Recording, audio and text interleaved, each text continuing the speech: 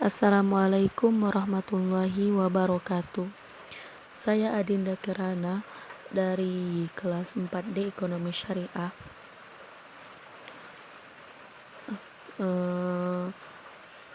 Tujuan pembuatan video kali ini ialah untuk memenuhi tugas mata kuliah Ekonomi TK.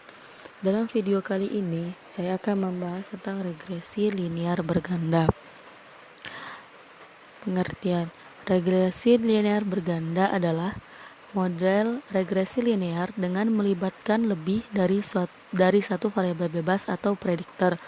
Dalam bahasa Inggris, istilah ini disebut dengan multiple linear regression. Regresi yang baik. Untuk menjadi suatu regresi yang baik harus memenuhi beberapa syarat. Yang pertama, data berdistribusi normal atau uji normalitas tidak wajib dilakukan. Jadi uji normalitas tidak wajib dilakukan, tapi lebih baik dilakukan saja. Berbeda pendapat para ahli. Yang kedua adalah tidak terjadi multikolinearitas atau uji multikolinearitas dilakukan hanya jika variabel bebas lebih dari satu. Nah, selanjutnya ialah tidak terjadi heteroskedastisitas atau uji heteroskedastisitas.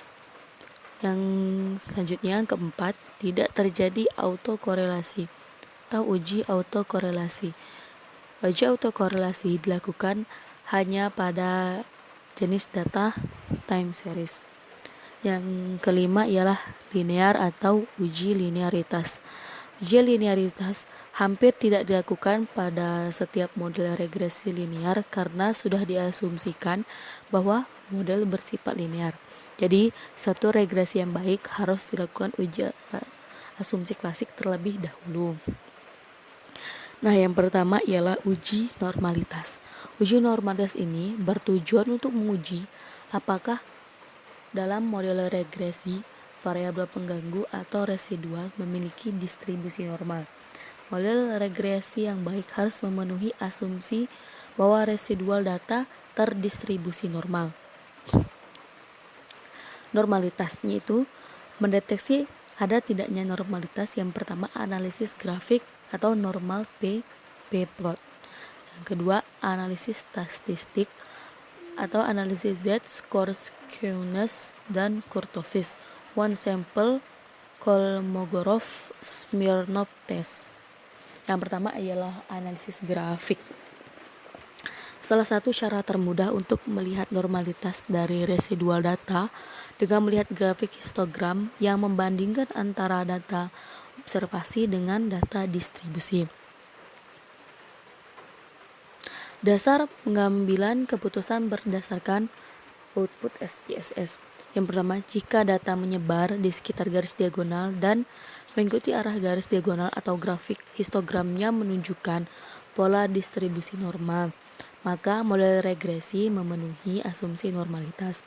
Dan yang kedua, jika data menyebar jauh dari diagonal dan atau tidak mengikuti arah garis diagonal atau grafik histogram tidak menunjukkan pola distribusi normal, maka model regresi tidak memenuhi asumsi normalitas.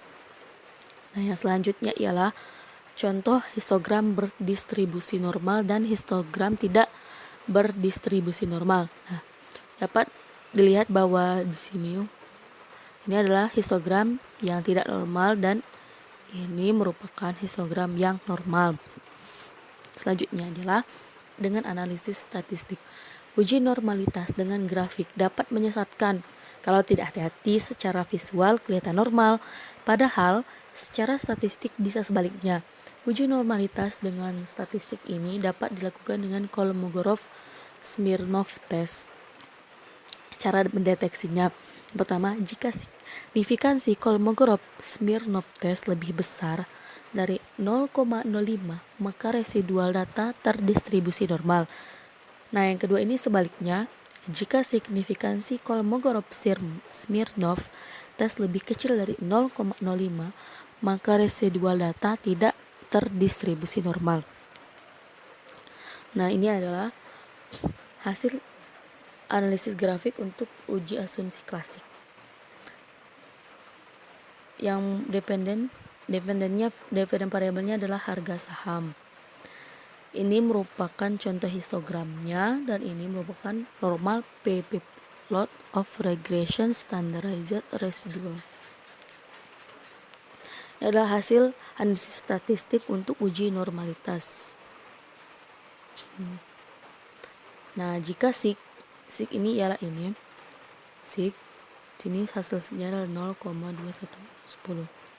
Jika sig lebih dari 0,05 maka data norma atau lulus uji. Yang kedua ada multikolinearitas. Nah, multikolinearitas ini bertujuan untuk menguji apakah model regresi ditemukan adanya korelasi antar variabel bebas atau independen. Model regresi yang baik seharusnya tidak terjadi korelasi antar variabel independen. Untuk mendeteksi ada atau tidaknya multikolinearitas dalam model regresi adalah sebagai berikut. Mendeteksi ada tidaknya multikolinearitas. Yang pertama nih, jika antar variabel independen mempunyai korelasi yang sangat kuat, maka hal ini merupakan indikasi adanya multikolinearitas. Yang kedua, tolerance and variance inflation factor atau VIF. Tolerance untuk mengukur variabilitas variabel independen yang terpilih yang tidak dijelaskan oleh variabel independen yang lainnya. VIF sama dengan 1 per tolerance. Jika nilai tolerance lebih kecil dari 0,1 atau VIF lebih besar dari 10, maka disimpulkan adanya multikolinearitas. Nah, ini adalah hasil untuk uji multikolinearitas. Terlihat pada tabel bahwa tolerance 0,434 dan seterusnya lebih besar dari 0,1 dan VIF 2,304 dan seterusnya kurang dari 10. Maka dapat disimpulkan bahwa data tersebut terbebas dari multikolinearitas atau lolos uji. Nah, yang ketiga ialah uji heteroskedastisitas. Ini bertujuan untuk menguji apakah dalam model regresi terjadi ketidaksamaan variance dari residual atau pengamatan ke pengamatan yang lain. Jika variance dari residual satu pengamatan ke pengamatan lain tetap, maka disebut homoskedastisitas. Dan jika berbeda dengan heteroskedastisitas, model regresi yang baik adalah yang homoskedastisitas atau tidak terjadi heteroskedastisitas. Cara mendeteksinya. Langkah analisis, lakukan regresi linear, tekan plot ini pada jika titik-titik yang ada membentuk pola tertentu yang teratur bergelombang seperti bergelombang kemudian menyempit, maka mengindikasikan telah terjadi heteroskedastisitas. Jika tidak ada pola yang jelas serta titik-titik menyebar di atas dan di bawah angka 0 pada sumbu Y, maka tidak terjadi heteroskedastisitas. B adalah uji Gleiser. Nah, uji Gleiser ini jika sig 0,05 maka terbebas dari heteroskedastisitas. Ini merupakan untuk di SPSS. Yang keempat adalah uji autokorelasi. Bertujuan untuk menguji apakah dalam model regresi linear ada korelasi antara kesalahan pengganggu pada periode T dengan kesalahan pengganggu pada periode T-1. Model regresi yang baik harus bebas dari asumsi autokorelasi. Uji autokorelasi hanya dilakukan pada jenis data time series saja. Ini adalah hasil untuk uji autokorelasi di mana terlihat pada tabel bahwa sig adalah 0,364, ialah lebih besar dari 0,05. Maka dapat disimpulkan bahwa data tersebut terbebas dari autokorelasi atau lulus uji. Yang kelima adalah linearitas. bertujuan untuk mengetahui apakah variabel independen dan dependen mempunyai hubungan yang linear secara signifikan atau tidak. Jika C lebih besar dari 0,05, maka terjadi linearitas. Uji linearitas hampir tidak dilakukan pada setiap model regresi linear, karena sudah diasumsikan bahwa model bersifat linear. Kalaupun harus dilakukan, semata-mata hanya untuk melihat sejauh mana tingkat linearitasnya. Selanjutnya ada uji hipotesis. Uji hipotesis ini dilakukan untuk membuktikan apakah hipotesis kita diterima atau ditolak. Uji statistik T.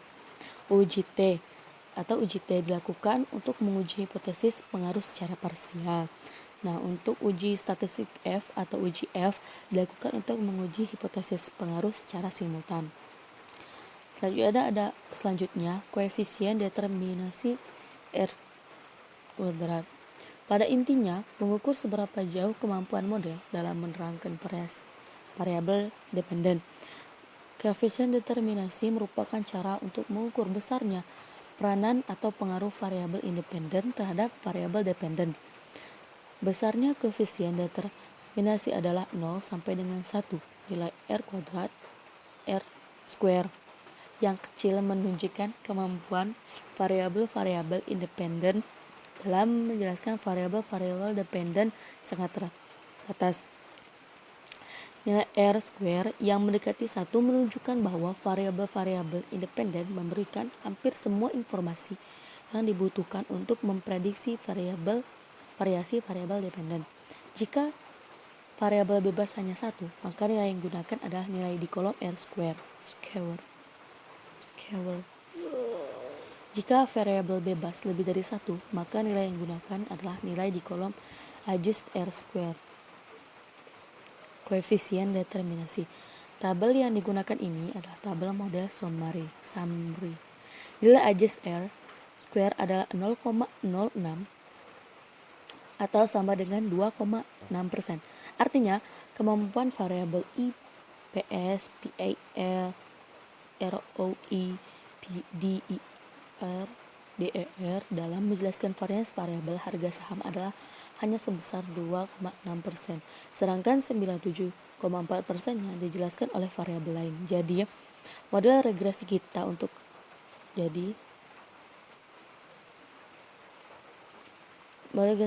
kasus ini tidak cukup bagus karena variabel bebas yang dipilih tidak cukup untuk menjelaskan tentang harga saham. Mungkin hanya ini yang dapat saya sampaikan. Kurang lebihnya saya mohon maaf. Assalamualaikum warahmatullahi wabarakatuh.